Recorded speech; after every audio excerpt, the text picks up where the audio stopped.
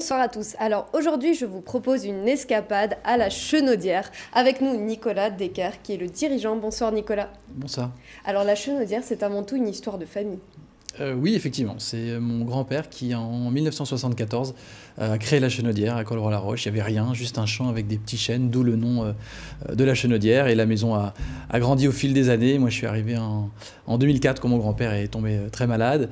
Et voilà, je ne devais pas du tout travailler dans ce métier-là, puisque j'avais plutôt fait l'économie, des mathématiques, etc. Et voilà, l'entreprise n'allait pas bien. Et c'est comme parfois ça peut arriver dans les histoires de famille. Elle était en vente et c'est moi qui l'ai rachetée. Donc l'histoire est restée dans la famille. Et voilà, je suis devenu entrepreneur au sein de ma propre société familiale. Vous avez fait votre petit boulot également. Voilà. Fait votre boulot. Et aujourd'hui, c'est la Chenaudière que l'on connaît. Il y a des clients qui viennent vraiment du monde entier, qui sont des connaisseurs de luxe. Comment faites-vous pour les surprendre aujourd'hui ?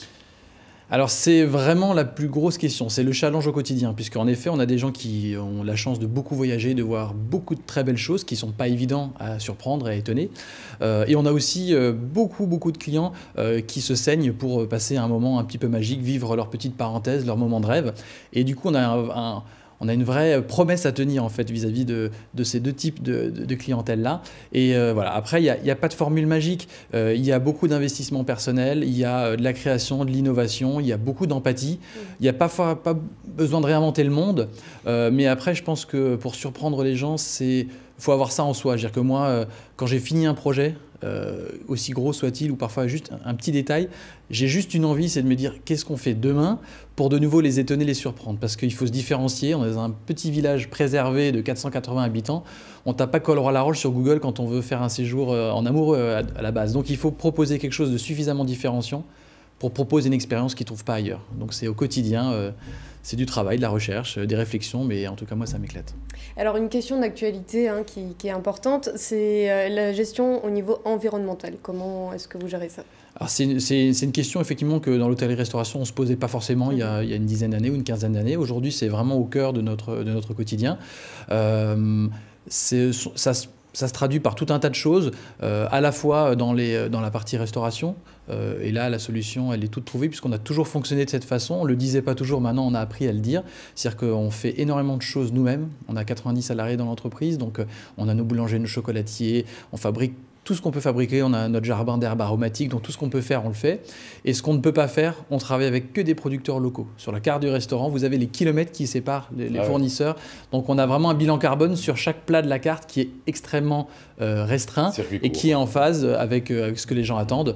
Et voilà, une gestion des déchets, une façon de gérer également donc une station d'épuration biologique, etc. Donc tout un tas de choses qui sont en cours de route et des projets notamment sur la gestion des déchets par les équipes de l'entreprise. On a une référente dans l'entreprise qui est passionnée, qui s'appelle Flora, et que j'ai nommée référente pour convaincre ses collègues d'une meilleure façon de recycler les produits, etc. Et chaque année, il y a des évolutions, des surprises. Voilà, chaque année, on revient à la Chenaudière et nous sommes surpris. C'est quoi pour 2020 les nouveaux projets ? Alors effectivement, il y a parfois des grandes surprises, des plus petites parce qu'il y a une certaine inertie pour faire certains travaux. Sur 2020, la toute dernière nouveauté, c'est il y a à peu près 10 jours, on a créé une toute nouvelle salle d'événementiel. Notre cœur de métier, c'est pas de faire du congrès ou du séminaire, mais on a quand même parfois des demandes et on voulait là aussi surprendre les gens, proposer en fait un peu un effet waouh et de se dire bah voilà, j'ai eu un moment de travail, mais j'étais dans un contexte assez incroyable. Donc on a créé quelque chose avec un coin lounge, un canapé, une borne d'arcade, un baby-foot que j'ai mis au cours lors du Racing contre le Brésil, puisque c'est un match qui n'aura jamais lieu peut-être, mais moi je me le suis fait sur baby-foot, c'est un petit kiff personnel.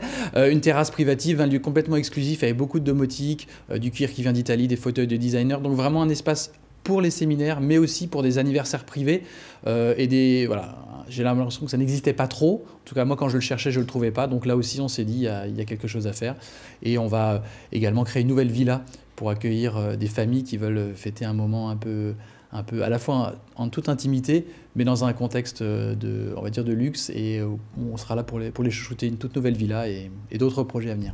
Merci beaucoup Nicolas. Moi je ne saurais que vous recommander d'y aller, la Chenaudière, ça fait rêver. Il n'y a pas de doute. Autre actu Vera. Alors changement d'ambiance, j'ai été très touchée par l'histoire de Mathéo. Je ne sais pas si vous avez suivi sur les réseaux sociaux ces derniers temps. Alors c'est un petit Alsacien qui est âgé d'1 an, qui se bat contre une maladie génétique rare qui empêche progressivement de bouger, manger et respirer.